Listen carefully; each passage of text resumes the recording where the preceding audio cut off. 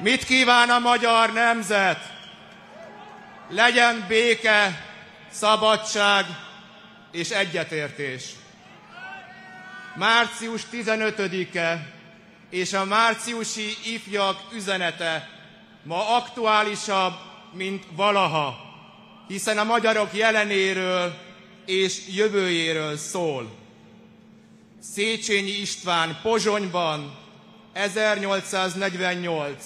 március 19-én kelt naplóbejegyzése így kezdődik, csupa nagybetűvel.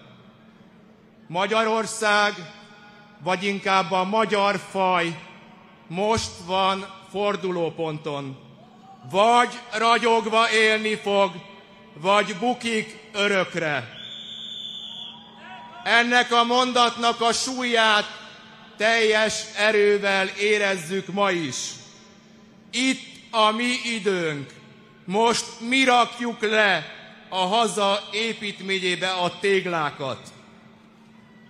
A március 15-i pest-budai felkelés az első tégla volt a szabad, független, polgári Magyarország építményében. Ez volt az az alap, amire a Batthyány kormány letehette az újabb téglát.